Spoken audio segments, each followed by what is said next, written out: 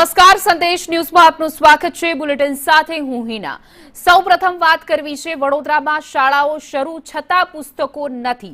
Granted સ્કૂલોને પુસ્તકો ન મળ્યાનો આક્ષેપ થઈ રહ્યો છે। ધોરણ 9 થી 12ના વિદ્યાર્થીઓ અસરગ્રસ્ત જોવા મળી રહ્યા છે। વાલી મંડળે તંત્ર સામે સવાલ પણ ઉઠાવ્યા છે।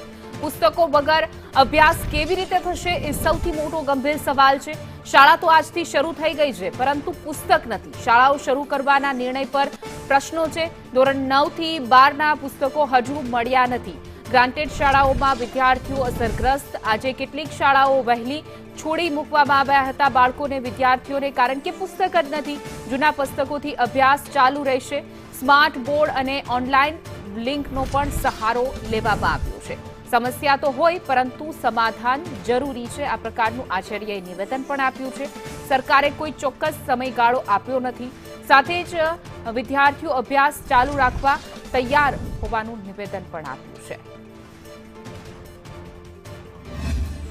શાળાઓ તો શરૂ થઈ ગઈ છે, પરંતુ પુસ્તકો અહીંયા આવ્યા નથી। પરંતુ શાળાઓ દ્વારા તેનું સમાધાન પણ અહીંયા કરવામાં આવી રહ્યું છે। હાલ સરદાર વિનય સ્કૂલ છે કે જ્યાં હજુ સુધી પુસ્તકો, ગ્રાન્ટેડ શાળા છે, પુસ્તકો અહીંયા આવ્યા નથી। ત્યારે જે શાળાના આચાર્ય હોય કે શાળાના શિક્ષકો હોય તેમને મોટિવેટ કરી રહ્યા છે અને કે જીવનમાં શું કરવું, કારણ કે આજે પહેલો દિવસ છે, હજુ પુસ્તકો પણ નથી આવ્યા। ત્યારે જૂના પુસ્તકોથી પણ તેમને અભ્યાસ કરાવવામાં આવશે। જો કે આજે પહેલો દિવસ છે એટલે તેમને વહેલા છોડી દેવામાં આવ્યા છે, પરંતુ સમસ્યાનું સમાધાન એ શાળાઓ અહીંયા કરી રહી છે। ભદ્રેશ ભટ્ટ છે આપણી સાથે, શાળાના પ્રિન્સિપાલ છે। સાહેબ, પુસ્તકો આવ્યા નથી, પરંતુ શાળા દ્વારા સમસ્યાનું સમાધાન શોધવામાં આવી રહ્યું છે જ્યાં સુધી પુસ્તકો। એટલે આપણે એવું વિચાર્યું છે કે જે આગળ જે વિદ્યાર્થીઓ ભણી ગયા છે તો એના પુસ્તકો આપણે મંગાવી લીધા છે। સાથે સાથે આપણી પાસે સ્માર્ટ બોર્ડ જે ગવર્મેન્ટ તરફથી આપવામાં આવ્યા છે એનો આપણે ઉપયોગ કરીએ છીએ। એનો ઉપયોગ કરીને વિદ્યાર્થીઓને સમજાવવા માટેનો પ્રયત્ન કર્યો છે। પુસ્તકો માટે આગળ રજૂઆત થઈ છે, પણ આ પ્રોબ્લેમ જે છે એ લોકોનો છે। આપણે એને સહકાર આપવા માંગીએ છીએ, પણ એ સહકાર આપણને ઝડપથી પ્રાપ્ત થાય એવી આપણે આશા આજે રાખીએ છીએ। સમયગાળો સરકાર દ્વારા એવો હજુ હાલ કોઈ એવો ફિક્સ સમય અમારા સુધી પહોંચ્યો નથી। કદાચ આવ્યો હોય તો મને ખબર નથી, પણ અમારા સુધી ક્યારે આવશે એ સુધીનો કંઈક હજુ એ ફિક્સ સમયગાળો। જૂના પુસ્તકોથી જ વિદ્યાર્થીઓ હા, જૂના પુસ્તકો છે। ઉપરાંત અમારી પાસે જે વધેલા થોડાક પુસ્તકો હતા એ પુસ્તકો આપી અને આપણે જે અભ્યાસ ન બગડે એના માટે બધા પ્રયત્નો આપણે કરી રહ્યા છીએ। ધોરણ 11ના છે, ધોરણ 11ના વિદ્યાર્થીઓ અત્યારે ભણી રહ્યા છે।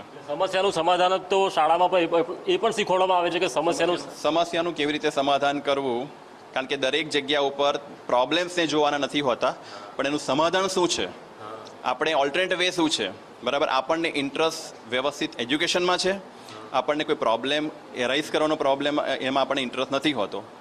હોઈ શકે છે પ્રોબ્લેમ, કંઈ પણ આવી શકે છે, પણ એ પ્રોબ્લેમનું સોલ્યુશન શું છે એમાં વિચારો તો ચોક્કસપણે રસ્તા આપણને પ્રાપ્ત થતા હોય છે। આજે સરદાર વિનય શાળાના આચાર્ય ભદ્રેશ પટેલ, તેમનું કહેવું છે કે સમસ્યા ભલે ઊભી થઈ છે પુસ્તકોની અછતના કારણે, પરંતુ તેઓ હાલ અહીંયા જૂના પુસ્તકો પણ લાવીને વિદ્યાર્થીઓને અભ્યાસ કરાવી રહ્યા છે।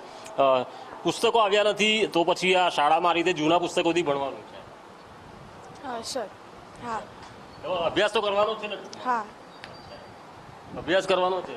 હા, પાક્કું શ્યોર, કારણ કે અભ્યાસ રોકાશે તો લાઈફ રોકાઈ જશે। પણ જે સર કરી રહ્યા છે કે જૂના પુસ્તકો દ્વારા પણ જે સમય બચાવી રહ્યા છે એની માટે પ્રિન્સિપલ સરનો પણ આભાર છે।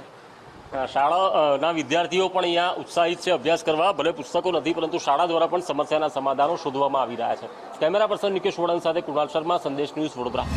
તમે વિચારો, આજથી શાળા ચાલુ થઈ ગઈ છે, પણ બાળકો પાસે પાઠ્યપુસ્તક જ નથી। ત્યાં જઈને લિટરલી છોકરાઓ બેઠા છે, શિક્ષકો પણ બેઠા છે। શિક્ષકો શું કરશે, એમની પાસે ચોપડા જ નથી પહોંચ્યા।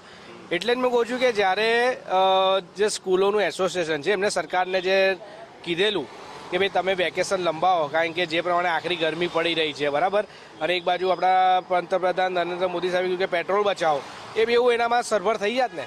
આજે તમે તમારી જીતથી સ્કૂલો ચાલુ કરી દીધી, તમારી પાસે આગવું કોઈ આયોજન નથી, તમારી પાસે ચોપડા નથી। આજે છોકરાઓ વગર ચોપડે બેઠા છે ત્યાં। બહુ મેનેજમેન્ટ વગરનું કામ છે। ઉપરથી સજેશન હતું કે 15 દિવસ સુધી તમે વેકેશન લંબાવો। જો એ લંબાયું હોત તો ઘણું બધું સરભર થઈ જાત। શાળાઓની પણ માંગણી હતી, એ પણ સારી માંગણી હતી, પણ આ લોકોએ કોઈ સરકારે ધ્યાનમાં આપ્યું નહીં અને આજથી શાળાઓ ચાલુ કરી છે।